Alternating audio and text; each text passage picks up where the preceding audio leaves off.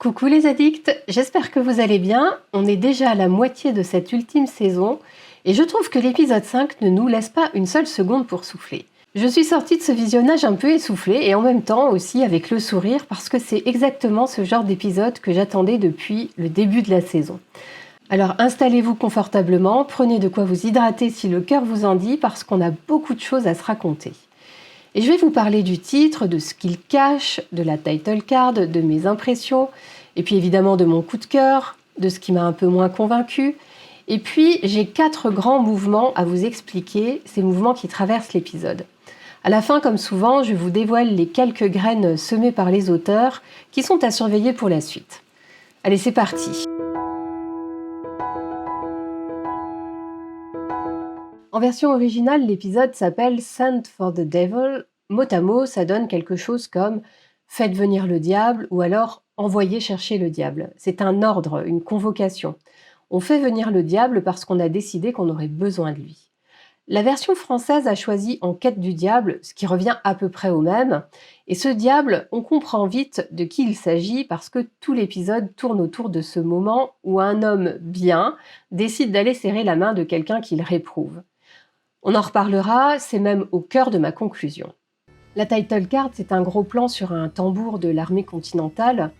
Et le tambour sur un champ de bataille du XVIIIe siècle, c'est l'instrument qui donne le tempo, qui rassemble les hommes, qui rythme l'avancée. Et là, il est tenu par un jeune garçon, et on va le retrouver, ce garçon, dans l'épisode. Moi, je trouve ce choix assez parlant parce que l'épisode entier fonctionne comme un tambour. Il bat la cadence, il alterne sans relâche entre le Ridge et Savannah, et il ne nous laisse jamais reprendre notre respiration. La cadence du tambour, finalement, c'est un peu la cadence de l'épisode. Si je devais résumer l'épisode 5 en une image, je dirais que c'est un effondrement bien orchestré. Tout se met à craquer en même temps, et pourtant, rien ne part dans tous les sens parce que la construction tient bon.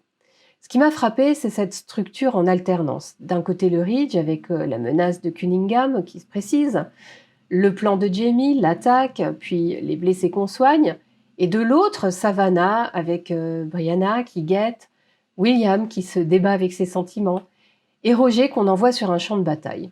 Et le montage passe de l'un à l'autre, comme on tend une corde, un peu plus à chaque fois. C'est de la mécanique d'horloger, et ça marche. Je nuance quand même sur un point, et c'est mon seul vrai bémol de forme. Par moments, je trouve que le montage coupe un peu vite, et certaines scènes perdent un petit éclat d'émotion là où on aurait aimé rester une seconde de plus. Je précise que pour moi, c'est davantage une affaire de montage que de réalisation parce que les plans, eux, sont vraiment souvent très beaux. Mais ces coupes un peu sèches, je les ai senties et je sais que je suis pas la seule.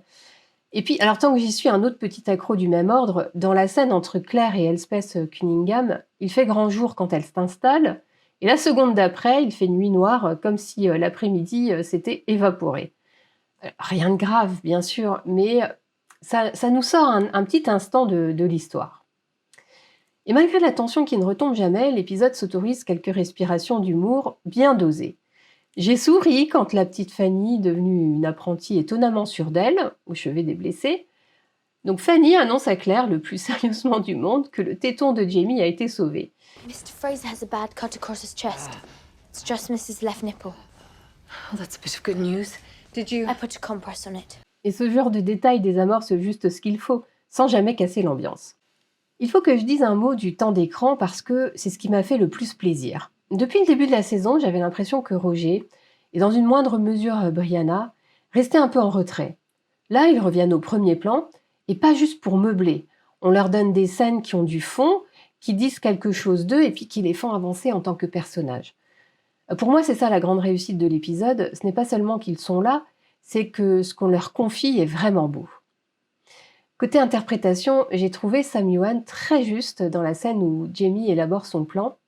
Et puis alors tant que j'y suis, permettez-moi une remarque tout à fait subjective, mais je trouve Jamie particulièrement beau dans cet épisode.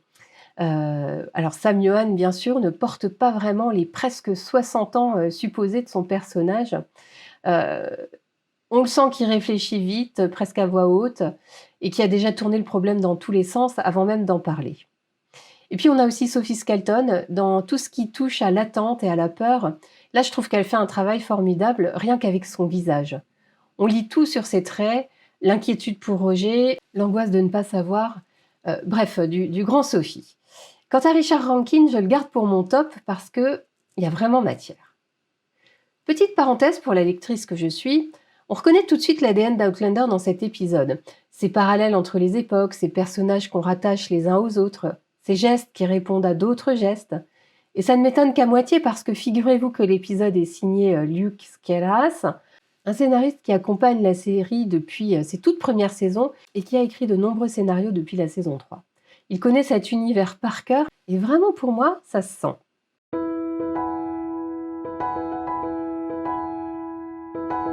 Mon coup de cœur cette fois, c'est Roger sur le champ de bataille de Savannah. Je vais vous expliquer pourquoi cette scène m'a tellement touchée. Les créateurs d'Outlander ont une habitude, et c'est une habitude de grands raconteurs d'histoires. Ils nous accrochent toujours à un personnage pour traverser le chaos. Alors souvent c'est Jamie, ça a déjà été William en saison 7, et ici au milieu de la bataille, notre point d'ancrage c'est Roger. Et le choix est magnifique parce que Roger, ce n'est pas un soldat. Il est là en uniforme au milieu de la fumée et des corps et il ne sait pas vraiment comment agir. Et donc il y a ce premier homme qu'il croise, blessé à mort, les entrailles à l'air, il ne peut pas le sauver. Alors il fait la seule chose qu'il sait faire. Il lui apporte du réconfort, il l'accompagne.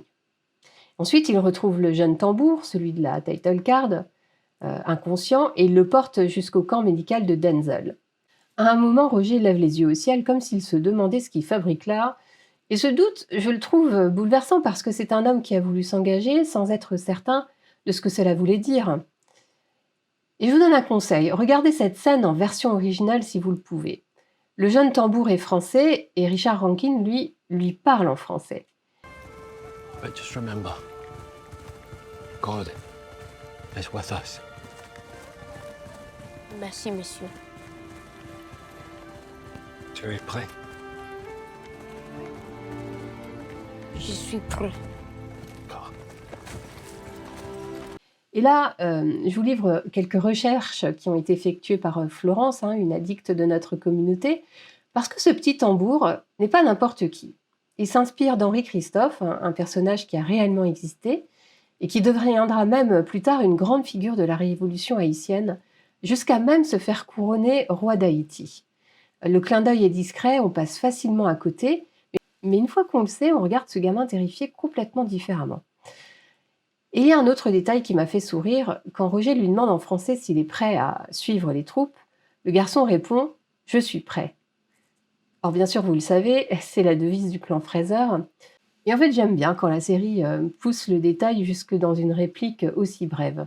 Il y a là une couleur, une authenticité qui passe forcément un peu à la traduction. Et donc c'est un peu dommage si on n'écoute pas en VO, mais c'est comme ça. Et puis l'épisode s'autorise un moment plus étrange, cette explosion juste devant Roger, qu'il projette en arrière, et puis ce flash de Roger enfant projeté de la même façon dans le métro de Londres, rattrapé dans les bras d'un homme. On ne sait pas tout de suite ce qui lui arrive, et c'est exactement ce qu'il faut pour qu'on reste suspendu.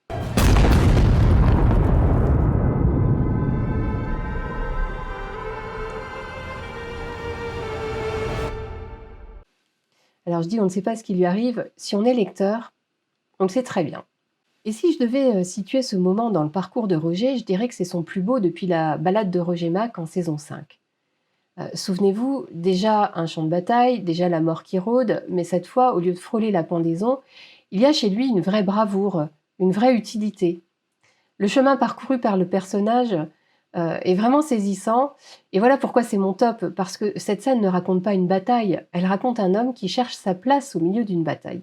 Et pour moi, c'est là qu'Outlander joue le plus juste. Mon flop, cette fois, n'est pas vraiment un reproche au sens classique. C'est plutôt une interrogation que je traîne depuis quelques épisodes et que cet épisode 5 a fini de poser pour moi. Et ça concerne Claire. Claire est très présente dans l'épisode. Elle soigne, elle observe, elle anticipe même certaines choses. Et pourtant, je trouve que son rôle reste assez fonctionnel. Elle voit tout, elle comprend tout, elle devine où le vent tourne, mais elle a assez peu de prise réelle sur ce qui se joue vraiment. Et c'est assez inhabituel pour elle, cette position de témoin lucide qui n'agit pas sur le cours des choses. Et ça crée une forme de décalage que je trouve intéressant à analyser, mais qui me laisse aussi, je dois l'avouer, un léger sentiment de frustration. Et je précise que je dis ça avec toute mon affection pour le personnage, et je sais aussi que je ne suis pas la seule à l'avoir remarqué parce que plusieurs voix dans la communauté des fans l'ont relevé également. Alors je le note parce que je m'interroge vraiment sur la trajectoire de Claire dans cette dernière saison. Est-ce un choix d'écriture délibéré qui prépare quelque chose? Ou est-ce qu'on a un peu perdu de vue ce qui fait d'elle un moteur et pas seulement une conscience? Je n'ai pas la réponse, et c'est précisément pour ça que ça me chiffonne. Alors dites-moi en commentaire si vous avez ressenti la même chose au moment de la diffusion.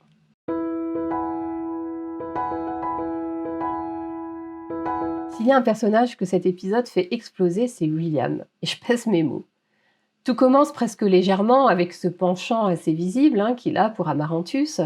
Elle le sait d'ailleurs, mais puis elle en joue. Regardez un peu comme elle lui passe la main sur le gilet en lui disant qu'elle aimerait qu'il le remette, celui qu'elle lui a brodé. Moi, je continue de la trouver très intrigante, cette jeune femme, parce qu'on ne lit jamais vraiment ses intentions. William, lui, finit par lui avouer ses sentiments, assez maladroitement. Et puis, il y a ce moment troublant où elle est à califourchon sur lui. Sont-ils habillés? Oui, bien sûr. Est-ce qu'il s'est passé quelque chose? Franchement, c'est volontairement laissé dans le flou. Mais moi, je pense que oui. Et puis, il y a autre chose qui me dérange un peu, je vous l'avoue, c'est que William se laisse aller, alors qu'il a des doutes sérieux sur le fait que Ben, le mari d'Amaranthus, soit encore en vie. Je ne m'explique toujours pas qu'il ne lui en ait pas dit un seul mot. Et il y a là une ironie qui ne m'avait pas sauté aux yeux tout de suite, mais que plusieurs d'entre vous ont pointé lors de notre visio. William, qui reproche tant à Jamie de l'avoir conçu hors mariage, en somme, il lui reproche d'avoir trahi, William est précisément en train de faire la même chose. Il courtise la femme d'un autre, et pas n'importe qui, la femme d'un homme de sa propre famille. Et il reproduit, sans en avoir conscience, le geste qu'il condamne. Pour un garçon obsédé par la question de savoir qui il est et d'où il vient, c'est pas un détail anodin. Alors cela dit, soyons un peu indulgents avec lui, et c'est Diana qui nous force un peu à le faire, parce qu'elle résume tout ça d'une formule qui m'a fait sourire. Ce pauvre William n'a vraiment aucune chance avec les femmes. Jane, il n'a pas pu la sauver. Rachel, elle en aime un autre. Fanny est bien trop jeune, alors ça c'est pour les lecteurs. Et maintenant Amaranthus, qui est tout sauf simple. Il faudrait vraiment lui inventer une application de rencontre version 18e siècle. Mais le vrai cœur de ce mouvement, c'est sa rencontre avec Brianna chez Lord John. Pendant que les canons grondent au loin et que Brianna sursaute à chaque détonation, parce qu'elle ne sait pas où est Roger, Brianna revit quelque chose qu'on lui connaît déjà. Cette attente insupportable, ne pas savoir si l'homme qu'on aime reviendra du champ de bataille, c'est exactement ce qu'elle a traversé à Alamance quand le sort de Roger se jouait également. Et je note d'ailleurs qu'elle n'est pas tout à fait transparente avec William. Elle lui explique la présence de Roger au camp américain comme une simple mission de pasteur, en taisant la négociation des armes. Une demi-vérité de protection, et peu à peu elle se met à parler de son histoire à elle. Elle raconte à William comment elle a découvert tardivement que Jamie était son père, comment on lui a menti une grande partie de sa vie, et comment elle en a été folle de colère. Et puis elle lui dit cette chose très belle que tout a changé le jour où elle a enfin appris à connaître Jamie pour de vrai. Qu'aimer Jamie ne l'a pas empêché de continuer à aimer Frank, que les deux peuvent coexister. Nous, on sait depuis longtemps que Brianna et William mènent des expériences de vie parallèles. Mais ici, pour la première fois, ce parallèle est dit à haute voix. Et je crois que William avait profondément besoin d'entendre ça.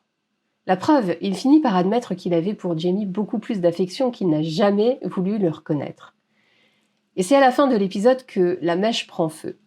Au camp continental, William tombe sur son cousin Ben. Sa première réaction, c'est la joie pure, le soulagement de le savoir vivant. Il le prend dans ses bras. Et pendant cette étreinte, on voit quelque chose se figer sur son visage. Ben porte l'uniforme des Continentaux. Le cousin n'est pas seulement revenu d'entre les morts. Il a changé de camp. Alors William lui colle son poing dans la figure, le traite de salopard, et la scène se coupe net. Cut. On nous laisse là, le souffle court. Pour un garçon qui cherchait désespérément à savoir d'où il vient et de quel côté il se tient, c'est une fois de plus tout son monde qui se fissure d'un coup. Alors voilà le mouvement qui donne son titre à l'épisode, le pacte avec le diable. Au départ, la menace. Whittaker vient prévenir Jamie de tout ce qu'il a appris. Donc on apprend que Cunningham veut le capturer, le livrer à Ferguson pour qu'il soit pendu et qu'on en fasse un exemple. Et puis ensuite, Cunningham prendrait le contrôle du Ridge. Une autre milice, menée par un certain Partland, est en route pour lui prêter main forte. Et ce qui doit glacer Jamie, c'est que certains des noms qu'on lui rapporte, il les a déjà lus dans le livre de Frank. De quoi lui faire comprendre que ce qui se prépare n'a plus rien d'une rumeur lointaine et qu'il va falloir agir vite. Il y a une réplique que j'ai adorée parce qu'on l'entend 2 fois. Quand Jamie expose son plan à Claire et lui dit bien que l'idée n'est surtout pas de tuer Cunningham, elle lui répond que les plans changent et que c'est d'ailleurs pour ça qu'on appelle ça des plans. Et puis à la fin, en plein affrontement, c'est Cunningham qui lui lance que les plans changent. Et là, c'est Jamie qui complète entre ses dents, c'est pour ça qu'on appelle ça des plans. En écho direct aux mots de Claire un peu plus tôt. J'aime beaucoup ce genre de boucle qui relie 2 scènes. Et cette idée de plans qui ne tiennent jamais tout à fait leurs promesses, ça vient d'un poème de Robert Burns, À une souris, qui a été écrit en 1785, et qui dit en gros que les plans les mieux préparés finissent souvent par mal tourner. On connaît aussi cette formule à travers Steinbeck et son roman Des souris et des hommes, mais Steinbeck lui-même en fait l'avait emprunté à Burns. Comme quoi une simple réplique de dialogue peut avoir 2 siècles d'histoire derrière elle. Mais Jamie, lui, ne se laisse pas démonter. Il prépare déjà sa riposte. Avant qu'il parte pour la loge, il y a d'ailleurs ce petit moment tout simple, Claire qui lui dit au revoir avec une phrase que l'on a déjà entendue lui glisser avant un départ au combat.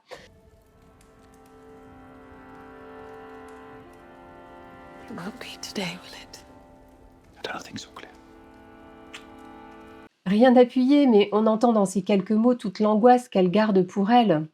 Puis il s'en va, et ça donne cette séquence superbe à la loge maçonnique. Cunningham prend la parole et se met à parler politique, à invoquer la loyauté envers son roi. Je vous rappelle que c'est interdit de parler politique. Alors Jimmy, puisqu'on est sur ce terrain-là, il lui répond sur le même terrain. Et il cite la déclaration d'Arbroath, ce très vieux texte écossais qui dit la volonté d'un peuple de rester libre et de ne jamais prier sous la domination anglaise. Il le dit avec une hargne, une conviction qui ne trompe personne. Et pendant qu'il propose à Evan Lindsay de dire la dernière prière, que tout le monde baisse la tête et ferme les yeux, lui s'éclipse par une porte sur le côté. Et quand Cunningham rouvre les yeux, l'oiseau s'est envolé. Je veux m'arrêter une seconde sur le kilt de Jamie dans la suite de l'épisode, parce que ça raconte quelque chose. La plupart des hommes installés sur ces terres sont écossais. Certains ont fait allégeance à la couronne britannique, d'autres sont restés écossais jusqu'au bout des ongles, donc opposés aux Anglais. Quand Jamie se bat en kilt, c'est cette âme écossaise qui se dresse. Le combat n'est pas qu'une affaire de camp, c'est une affaire d'identité pour lui. Et alors ce combat, justement, parlons-en. Il se déroule de nuit au comptoir de commerce et il est d'une violence sèche. Jamie est blessé au torse d'un coup de poignard, Cunningham tente de l'étrangler avec une corde et pendant un long moment, il faut bien le dire, Jamie est en très mauvaise posture. Ce qui le sauve, c'est un coup de feu. On croit d'abord que c'est Cunningham qui tire sur Jamie et puis on comprend que c'est Buck qui avait fait feu sur Cunningham par derrière. Et je veux saluer la chorégraphie de cet affrontement parce qu'elle est superbe. Et je ne crois pas avoir déjà vu un combat filmé tout à fait comme celui-là dans la série. Il y a une intensité, une précision dans les gestes qui m'a vraiment beaucoup plu. Et il y a aussi dans ce face-à-face une idée qui m'a un peu retourné la tête. Ces 2 hommes se battent en se croyant l'un et l'autre invincibles. Cunningham est persuadé, depuis la prophétie de son fils, qu'il ne peut pas mourir avant des années, et Jamie, lui, sait par le livre de Frank qu'il ne devrait pas tomber avant King's Mountain. 2 certitudes d'invincibilité qui se percutent dans le même combat. Et c'est la balle de Buck, celle que personne n'avait calculée, qui vient tout trancher. Au fond, même ceux qui se croient à l'abri ne tiennent qu'à un fil, et bien souvent, ils tiennent aussi à la main de l'autre. Et puisqu'on est avec Cunningham, je veux nuancer une chose parce que ce serait trop facile d'en faire le méchant de service.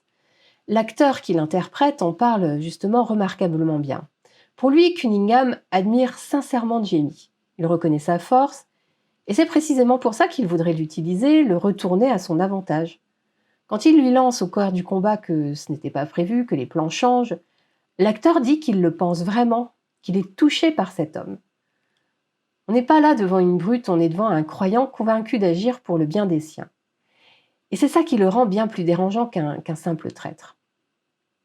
Et puis, il y a ce pacte lui-même, ce pacte avec le diable. Pour tenir tête à tout ça, Jamie envoie chercher Benjamin Cleveland. Un homme qu'il n'estime pas du tout, un milicien qu'on a vu faire couler le sang sur ses propres terres, mais un homme dont il a besoin. À la toute fin, quand Cleveland débarque, content de lui, à faire l'éloge du whisky de Jamie et à se faire inviter à l'intérieur, Claire lève les yeux au ciel et ce regard dit tout.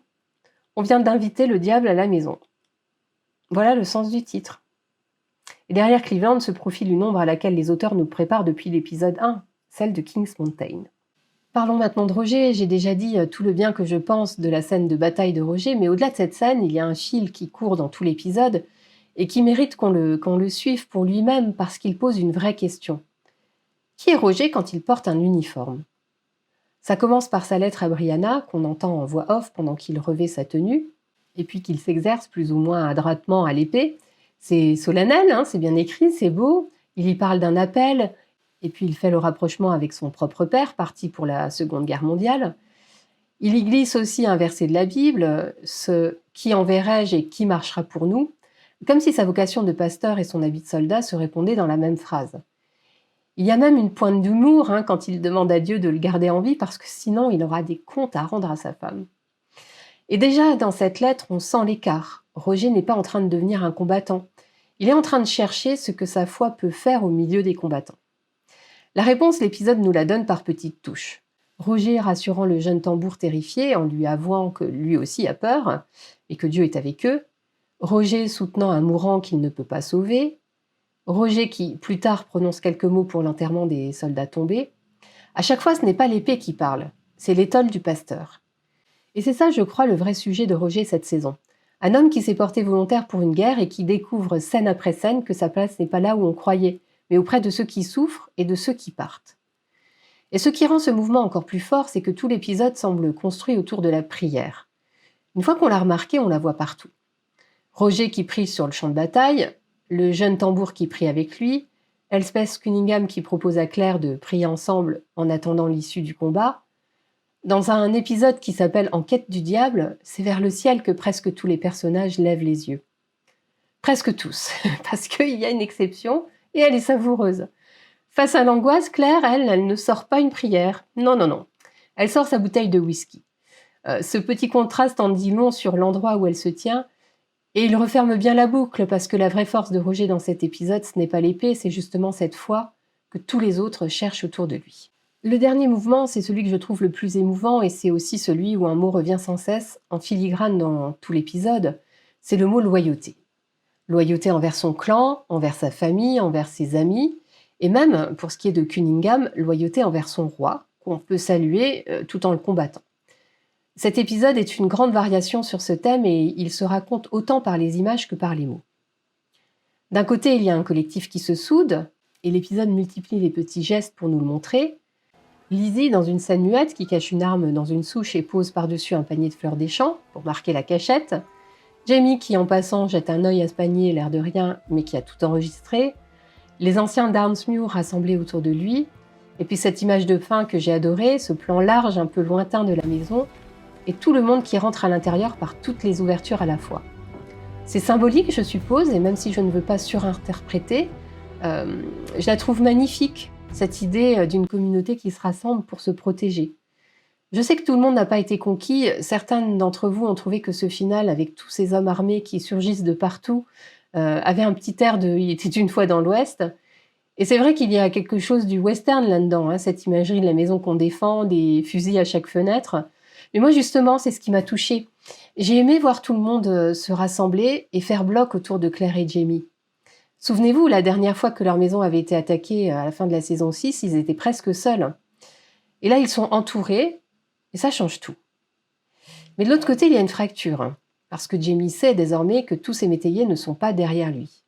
Et le lendemain de l'attaque, je voudrais d'abord relever une image qui m'a touchée par sa tendresse. Claire qui refait le pansement de Jamie, le torse et l'épaule à nu, exactement comme au tout début de la première saison, quand elle pensait déjà ses blessures au château de Léorque, peu après leur rencontre. Le même geste, des années et 1000 épreuves plus tard. Et puis dans la cuisine, Jamie dresse une liste. La liste des noms de ceux qu'il considère comme des traîtres, ceux dont il ne veut plus sur ces terres. Il y a un détail que je trouve très fin, il dit à Claire que cette liste est pour elle, parce que lui, évidemment, il a bien tous les noms en tête. Et derrière cette phrase toute simple, il y a quelque chose de plus grave. L'idée que si lui venait à disparaître, c'est Claire qui en aurait besoin. La communauté se soude, oui, Mais Jamie est en train de tailler dans le vif et il le fait en pensant déjà à l'après. Je tiens à préciser une chose parce qu'il insiste là-dessus. Jamie veut connaître les noms de ses opposants, mais il ne veut pas les tuer. Il ne veut pas être celui qui fera couler le sang. Il veut rester maître chez lui, c'est tout. Et cette ligne morale, dans une saison qui bascule dans la guerre, je trouve qu'elle dit beaucoup de Jamie.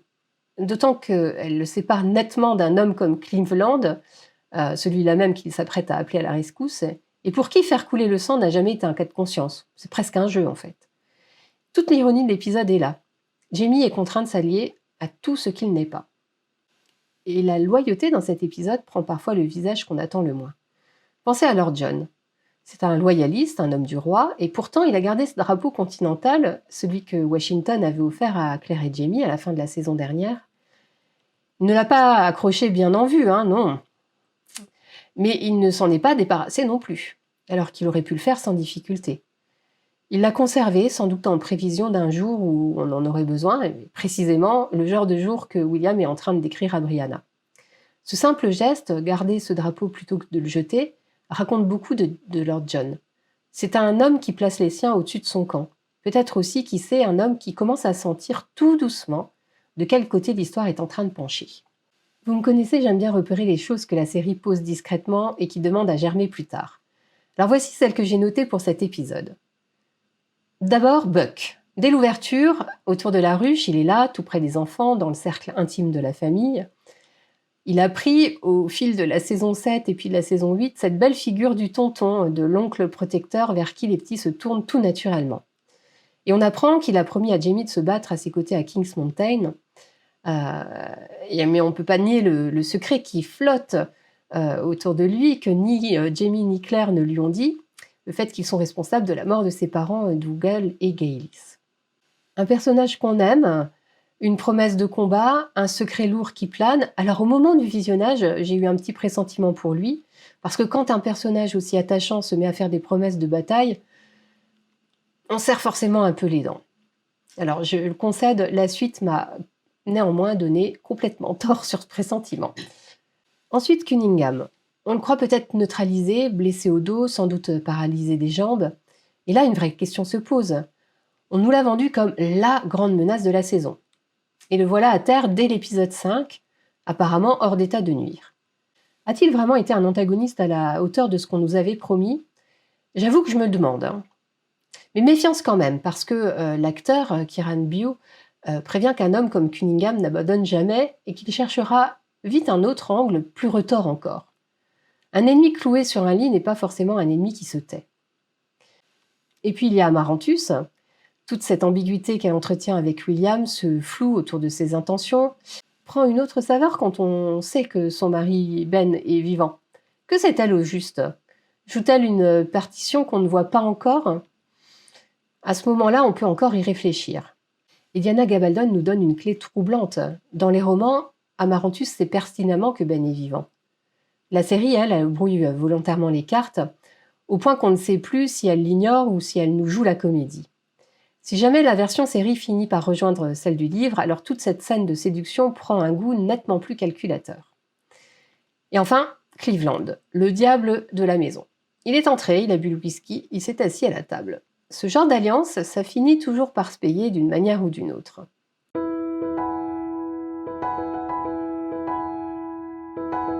En quête du diable. Au terme de l'épisode, le titre prend vraiment tout son poids. Le diable, ce n'est pas Cunningham, finalement, qui n'agit qu'au nom de ses convictions.